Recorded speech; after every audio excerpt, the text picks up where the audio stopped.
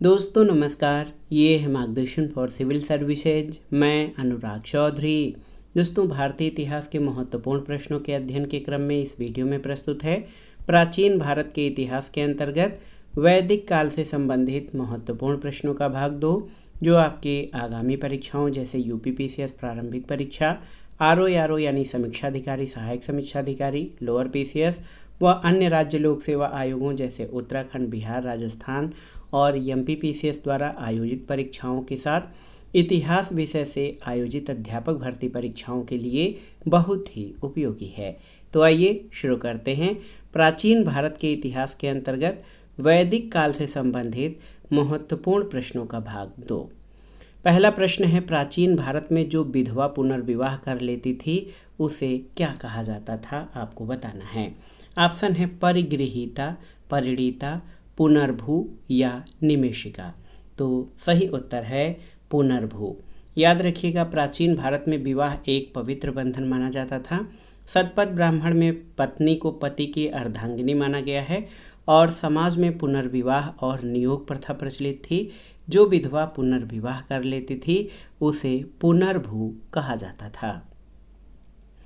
अगला प्रश्न है, प्राचीन भारतीय व्यवस्था में सर्वश्रेष्ठ विवाह किसे माना गया है? देव विवाह, असुर विवाह, पैशाच विवाह या राक्षस विवाह। तो सही उत्तर देव विवाह को प्राचीन भारतीय व्यवस्था में सर्वश्रेष्ठ विवाह माना गया है। दोस्तों, प्राचीन भारतीय व्यवस्था में सर्वश्रेष्ठ विवाह देव विवाह को माना गया है। इसके अंतर्गत कन्या का पिता एक यज्ञ का आयोजन कराता था, जो पुरोहित यज्ञ का अनुष्ठान विधि पूर्वक करा लेता था। उसी के साथ कन्या का विवाह कर दिया जाता था। पैशाच विवाह निकृष्टतम प्रकार का था। इसमें वर छल और छद्म के द्वारा कन्या के शरीर पर अधिकार करता था। मनु के अनुसार अचेत, सोती हुई, पागल अथवा मदमत्त कन्या के साथ जब व्यक्ति संभोग करता है तो वो पैशाच विवाह होता है। मनु के अनुसार कन्या पक्ष वालों की हत्या कर, घायल कर, उनके घरों को गिराकर रोती चिल्लाती हुई कन्या को बलात् उठा ले जाना और उसके साथ विवाह करना राक्षस विवाह है। अगला प्रश्न है, आसान सा प्रश्न है कि किस वेद की रचना गद्य और पद्य दोनों में की गई है? आपको बताना है। ऋग्वेद, सामवेद, यजुर्वेद या अथर्ववेद। तो सही उत्तर यजुर्वेद। यज्ञ संबंधी विधि विधानों का पता यजुर्वेद से चलता है। यजुर्वेद के 2 भाग हैं, शुक्ल यजुर्वेद जो केवल पद्य में है और कृष्ण यजुर्वेद जो कि पद्य और गद्य दोनों में है। शुक्ल यजुर्वेद को वाजस्नेयी संहिता भी कहा जाता है और यजुर्वेद का अंतिम भाग ईशोपनिषद है, जिसका संबंध याज्ञिक अनुष्ठान से न होकर आध्यात्मिक चिंतन से है। अगला प्रश्न है, कौन सा ग्रंथ प्राचीन या भारतीय गणित का प्राचीनतम साक्ष्य है? ऑप्शन है आरण्यक, धर्मसूत्र, निरुक्त या शूल्व सूत्र। तो सही उत्तर है शूल्व सूत्र। शूल्व शब्द शूल्व या शूल्व धातु से बना है, जिसका अर्थ होता है नापना। साधारण भाषा में शूल्व का अर्थ होता है रस्सी। प्राचीन काल में ऋषि यज्ञ की विभिन्न आकार की वेदियां बनाने के लिए रस्सी का इस्तेमाल करते थे। रस्सी की मदद से जमीन नापने, चाप खींचने का काम भी किया जाता था। और अब तक जो ज्ञात शूल्व सूत्र हैं उसमें बौधायन, आपस्तंभ, कात्यायन, मानव, मैत्रायण, बाराह, बाधूल, मंशक, सत्यासाढ़ और लवगाछी शूल्व सूत्र हैं। इनमें सबसे प्राचीन बौधायन शूल्व सूत्र है, जिसका रचनाकाल 800 ईसा पूर्व से 500 ईसा पूर्व माना जाता है। ये प्राचीन ज्यामिति के प्राचीनतम ग्रंथ हैं। शूल्व सूत्र में समकोण त्रिभुज के तीनों भुजाओं पर आधारित प्रमेय, जिसे हम पाइथागोरस प्रमेय के नाम से जानते हैं, उसका उल्लेख है। इसमें त्रिभुज और चतुर्भुज, वर्ग, आयत, समलंब, चतुर्भुज पर आधारित विभिन्न रचनाओं का उल्लेख मिलता है और इसमें भिन्नों का प्रयोग प्रचुरता से किया गया है। अगला प्रश्न है कि वैदिक काल में किसे अन्य देवताओं और मनुष्यों के बीच मध्यस्थ देवता माना जाता था? तो सही उत्तर अग्नि को। बहुत ही महत्वपूर्ण प्रश्न है। आप जान लीजिए कि ऋग्वेद में इंद्र के बाद सर्वाधिक महत्वपूर्ण देवता के रूप में अग्नि का उल्लेख है। अग्नि पर कुल 200 सूक्त रचित हैं। अग्नि की उपासना न केवल भारत में बल्कि ईरान में भी होती थी। वैदिक काल में अग्नि ने देवताओं और मानवों के बीच मध्यस्थ का काम किया है। माना जाता है कि अग्नि में डाली जाने वाली आहुतियाँ धुआं बनकर आकाश में जाती हैं और अंततः देवताओं को मिल जाती हैं। अगला प्रश्न है, इनमें से कौन वैदिक सूर्य देवता नहीं थे? ऑप्शन है सावित्री, विष्णु, उरुक्रम, विश्वकर्मा या सविता। तो सही उत्तर विश्वकर्मा। याद रखिएगा, सावित्री, विष्णु, उरुक्रम और सविता वैदिक सूर्य देवता से संबंधित हैं, जबकि विश्वकर्मा या बढ़ई शिल्पियों का मुखिया होता था। इन्हें निर्माण और सृजन का देवता माना जाता है। अगला प्रश्न है सूची 1 का सूची 2 से सुमेलन करिए और दिए गए कूट से सही उत्तर का चयन करिए। ऋग्वेद के ऋषि को होता कहा जाता था, यजुर्वेद को अर्धव्य, सामवेद के ऋषि को उद्गाता और अथर्ववेद के ऋषि को ब्रह्म कहा गया है। तो 1 2 3 4 सीधे सीधे सुमेलित हो गया आपका। ऑप्शन ए आपका सही उत्तर है। अगला प्रश्न है निम्नांकित में से कौन सा युग्म सुमेलित नहीं है, आपको बताना है। सामवेद गंधर्ववेद सही सुमेलित है, अथर्ववेद शिल्पवेद सही सुमेलित है, ऋग्वेद तंत्रवेद ये सुमेलित नहीं है, यजुर्वेद का संबंध धनुर्वेद से है। तो यहाँ पर वेद और उपवेद दिए गए हैं। ऋग्वेद तंत्रवेद नामक युग्म से सुमेलित नहीं है। सामवेद का उपवेद गंधर्ववेद है, अथर्ववेद का शिल्पवेद और यजुर्वेद का धनुर्वेद है। गंधर्ववेद सामवेद का उपवेद है, आप जान लीजिए। शिल्पवेद अथर्ववेद का उपवेद है, धनुर्वेद यजुर्वेद का उपवेद है, जबकि तंत्रवेद ऋग्वेद का उपवेद नहीं है। अगला प्रश्न है युद्ध का प्रारंभ मनुष्यों के मस्तिष्क में होता है, ये किस ग्रंथ में उल्लिखित है, आपको बताना है। तो सही उत्तर है अथर्ववेद। ये युद्ध का आरंभ मनुष्यों के मस्तिष्क में होता है, अथर्ववेद की एक प्रार्थना में निहित है, जिसमें मानव हृदय और मस्तिष्क के एकीकरण के लिए समान आशय में देवताओं को संबोधित किया गया है। अगला प्रश्न है वर्ण की उत्पत्ति से संबंधित आरंभिक आख्यान किस ग्रंथ में मिलता है, आपको बताना है। ऋग्वेद, यजुर्वेद, सामवेद या अथर्ववेद। तो सही उत्तर है ऋग्वेद में। ऑप्शन ए आपका सही उत्तर हो जाएगा। ऋग्वेद के 10वें मंडल के पुरुष सूक्त में वर्णों की उत्पत्ति संबंधी आरंभिक आख्यान है। इसके अनुसार आदि पुरुष के मुख से ब्राह्मण, भुजा से क्षत्रिय, जंघा से वैश्य और पैर से शूद्र वर्ण की उत्पत्ति हुई है। ऋग्वेद सर्वाधिक प्राचीन वेद है, आप भी जानते हैं, जिसमें 10 मंडल और 1028 सूक्त हैं। ऋग्वेद के 2 से 7 मंडल सबसे प्राचीन हैं, शेष बाद के काल यानी परवर्ती काल के हैं। 10वां मंडल सबसे बाद का है। अगला प्रश्न है वेदों के काव्यात्मक हिस्से को क्या कहा जाता है, आपको बताना है। बहुत ही महत्वपूर्ण प्रश्न है, वेदों के काव्यात्मक हिस्से को क्या कहा जाता है। तो सही उत्तर संहिता, ऑप्शन सी। वेदों के काव्यात्मक हिस्से को संहिता कहा जाता है। संहिता का अर्थ वेदों के गेय पदों से है। वेद सूक्तों, प्रार्थनाओं, स्तुतियों, तंत्र मंत्र और यज्ञ संबंधी सूत्रों के संकलन है। इसके संकलनकर्ता महर्षि कृष्ण द्वैपायन वेदव्यास हैं। वेदों का एक नाम श्रुति है, क्योंकि संकलित किए जाने से पूर्व ये गुरु शिष्य परंपरा में सुनाए या कंठस्थ कराए जाते रहे हैं। वेदों की संख्या 4 है। ऋग्वेद सर्वाधिक प्राचीन वेद है, ये सूक्तों का संग्रह है। यजुर्वेद यज्ञ संबंधी सूक्तों का संग्रह है। सामवेद गीतों का संग्रह है, इसके अधिकांश गीत ऋग्वेद से लिए गए हैं। अथर्ववेद में तंत्र मंत्र का संग्रह है। ऋग्वेद, यजुर्वेद और सामवेद को मिलाकर वेद त्रयी कहा जाता है। अगला प्रश्न है वेदों को कहा जाता है क्या। तो सही उत्तर है वेदों को ध्वनि उच्चारण भी कहा जाता है। वेद का शाब्दिक अर्थ ज्ञान होता है और वैदिक साहित्य को श्रुति कहा गया है। श्रुति का शाब्दिक अर्थ सुना हुआ। भारतीय साहित्यिक व्यवस्था में वेदों को अपौरुषेय कहा गया है, चूँकि वैदिक काल में लिपि का ज्ञान नहीं था, इसलिए वैदिक ज्ञान को एक पीढ़ी से दूसरी पीढ़ी तक मौखिक रूप से पहुँचाया जाता था। अगला प्रश्न है निम्नलिखित में से कौन से ग्रंथ वेदों या श्रुतियों के अंग नहीं थे। ऑप्शन है संहिता, ब्राह्मण, उपनिषद और पुराण। तो सही उत्तर आपका हो जाएगा पुराण। देखिए वेदों श्रुतियों में 4 वेद, संहिताएं, ब्राह्मण और उपनिषदों को शामिल किया जाता है।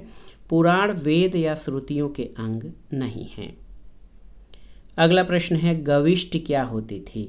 तो सही उत्तर है गविष्टि जो था ये गायों के लिए होने वाला संघर्ष था। ऑप्शन ए आपका सही उत्तर है।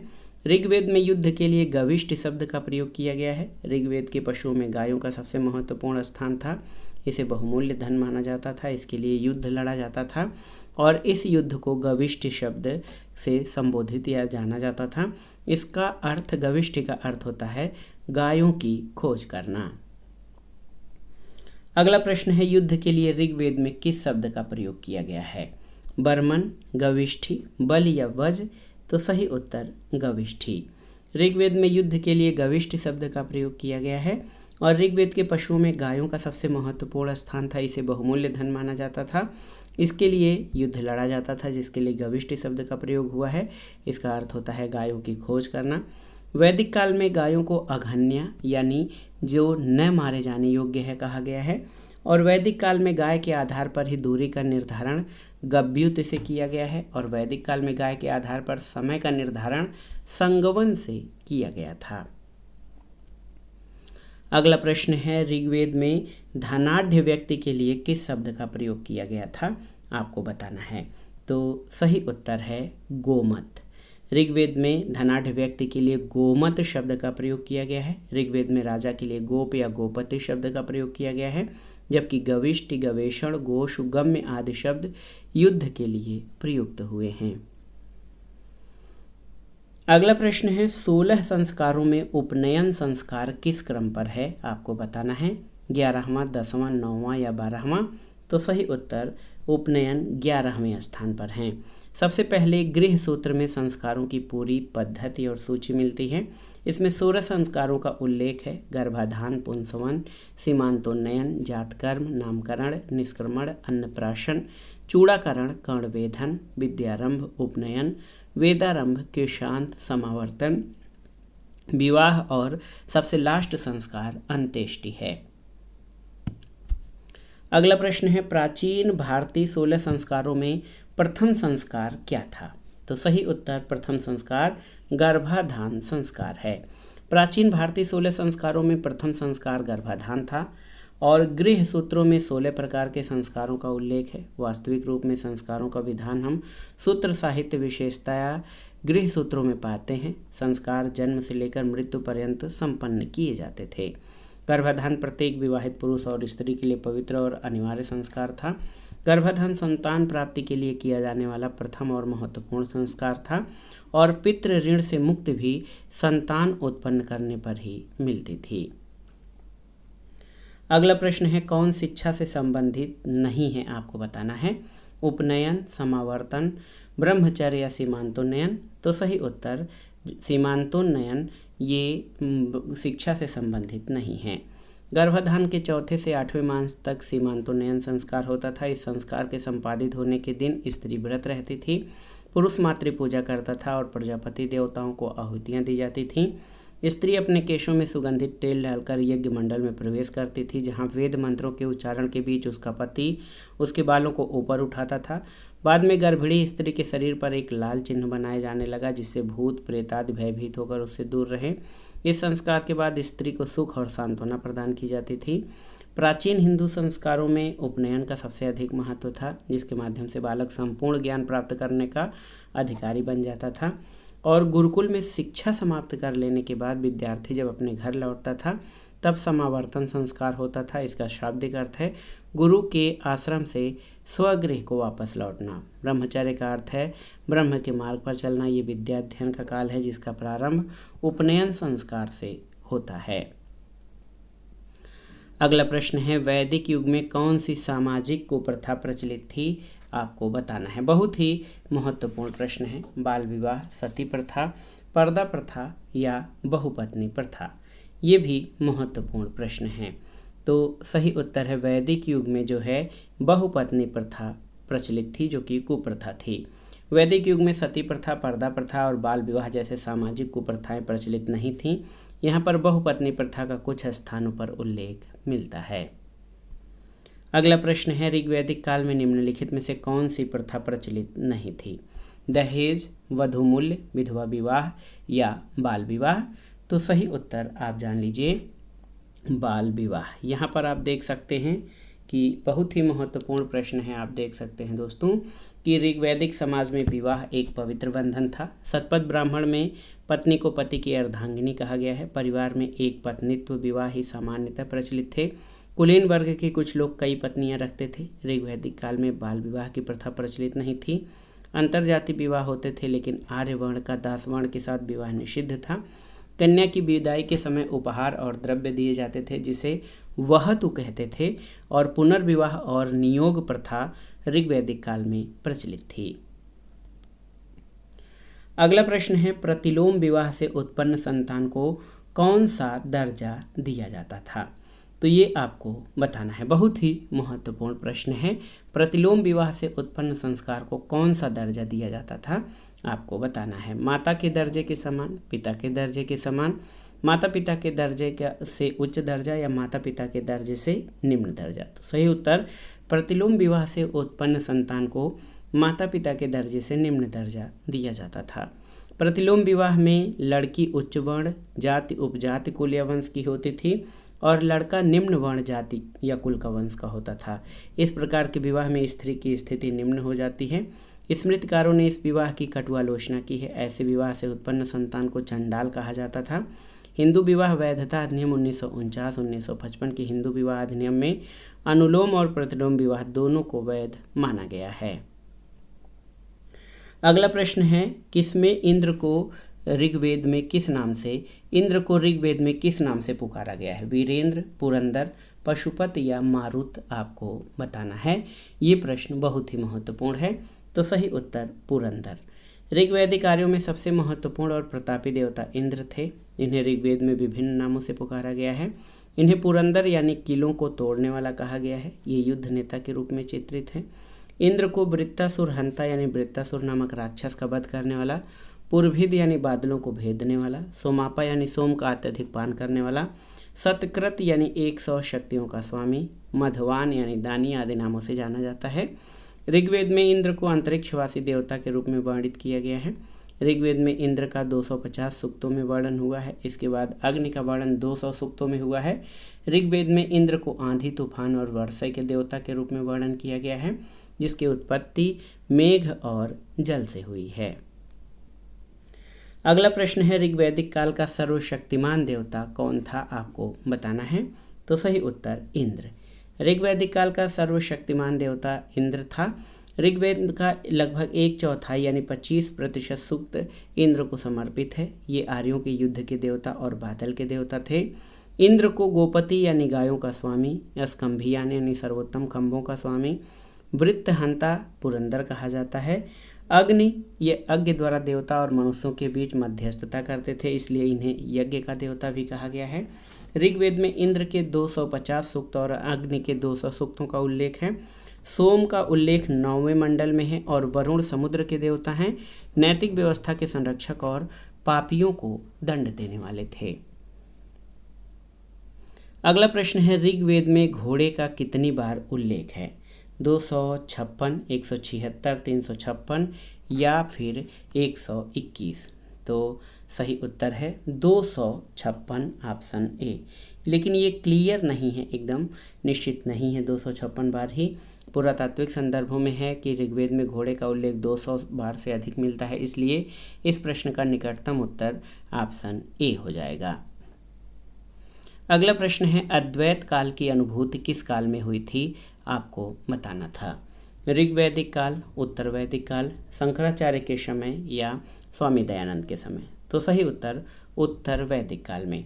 अद्वैत काल या अद्वैतवाद की अनुभूति उत्तर वैदिक काल की अंतिम अवस्था में हुई थी। वैदिक काल के अंतिम दौर में पुरोहितों के प्रभुत्व और याक्षिक कर्मकांडों के विरुद्ध उपनिषदीय प्रतिक्रिया हुई, जिसका चरम विकास जैन और बौद्ध आंदोलनों में दिखाई पड़ता है। उपनिषदीय विचारकों ने याज्ञिक अनुष्ठानों की ऐसी कमजोर नौका बताया है जिसके द्वारा इस जीवन रूपी भवसागर को पार नहीं किया जा सकता। उन्होंने मोक्ष प्राप्ति के उद्देश्य के लिए ज्ञान मार्ग का प्रतिपादन किया है। ये मार्ग था ब्रह्म और आत्मा के बीच अद्वैतवाद का अनुभव करना।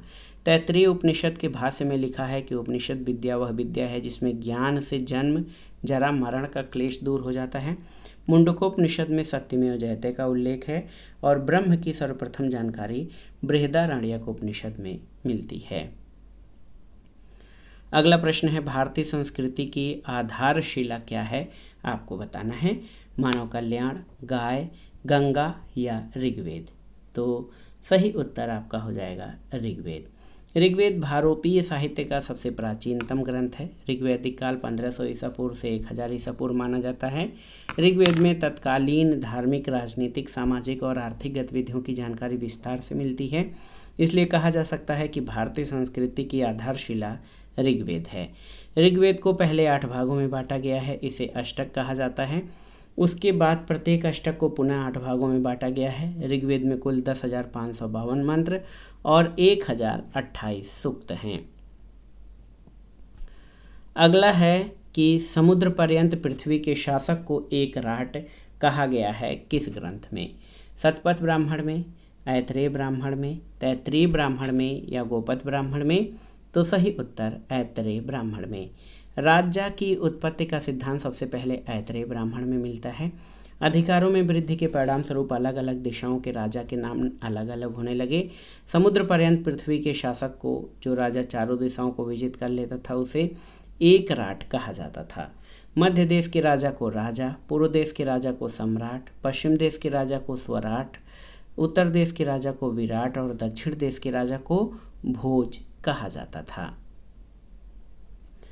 अगला प्रश्न है, रामायण और महाभारत में उल्लिखित स्थलों की पुरातात्विक पहचान की गई है किसके द्वारा? आपको बताना है। GR Sharma, HD Sankalia, A Ghosh या BB लाल? तो सही उत्तर BB लाल द्वारा। रामायण और महाभारत में उल्लिखित स्थलों की पुरातात्विक पहचान BB लाल के द्वारा की गई है। 1975-76 और 1976-77 में उत्खनन से एक विश्वसनीय कालक्रम प्रकाश में आया। साथ ही इस स्थान पर प्राचीनतम बस्ती के विषय में जानकारी मिली है। उत्खनन में सबसे निचले स्तर से उत्तरी काली चमकीले मृदभांड और धूसर मृदभांड परंपरा के मिट्टी के बर्तन मिले हैं। धूसर परंपरा के कुछ मृदभांडों पर काले रंग की चित्रकारी भी मिलती है। यहाँ से प्राप्त मृदभांड श्रावस्ती, पिपरावा और कौशाम्बी से प्राप्त मृदभांडों के समान हैं। अगला प्रश्न है, बोगज कोई अभिलेख कहाँ से मिला है? तो सही उत्तर है तुर्की में। 14वीं शताब्दी ईसा पूर्व एशिया माइनर, जो कि तुर्की में है, यहाँ से बोगज कोई नामक स्थान से बोगज कोई अभिलेख मिला है। इस अभिलेख पर ऋग्वैदिक काल के देवता इंद्र, वरुण, मित्र और नासत्य यानी 4 देवताओं का उल्लेख मिलता है। इससे ज्ञात होता है कि वैदिक आर्य ईरान से होकर ही भारत आए होंगे। इस अभिलेख को सबसे प्राचीन अभिलेख भी माना जाता है। अगला प्रश्न और आज के वीडियो का ये आखिरी प्रश्न है। वैदिक काल से संबंधित जो महत्वपूर्ण प्रश्नों का भाग 2 है, इसका लास्ट क्वेश्चन है, ऋग्वेद में 2 कृषि योग्य भूमि के बीच की भूमि पट्टी को क्या कहा जाता था? गोष्ठ, क्षेत्र, खल या खिल्य? तो सही उत्तर है खिल्य। याद रखिएगा, ऋग्वेद में कृषि योग्य भूमि को उर्वरा अथवा क्षेत्र कहा जाता था। भूमि टुकड़ों या खेतों में विभक्त होती थी, जिनके बीच में जमीनों की पट्टियाँ खिल्य होती थीं। खिल्य शब्द का प्रयोग परती, ऊसर आदि भूमियों के लिए भी किया गया है। तो दोस्तों, ये था आज का वीडियो, भारतीय इतिहास से संबंधित महत्वपूर्ण प्रश्नों का संकलन, जो आपके आगामी विभिन्न परीक्षाओं के लिए तैयारी और रिवीजन दोनों ही दृष्टिकोण से बहुत ही उपयोगी है। आप इन प्रश्नों को अच्छे से तैयार कर लीजिए। इस वीडियो का अगला भाग हम अगले वीडियो में कवर करेंगे।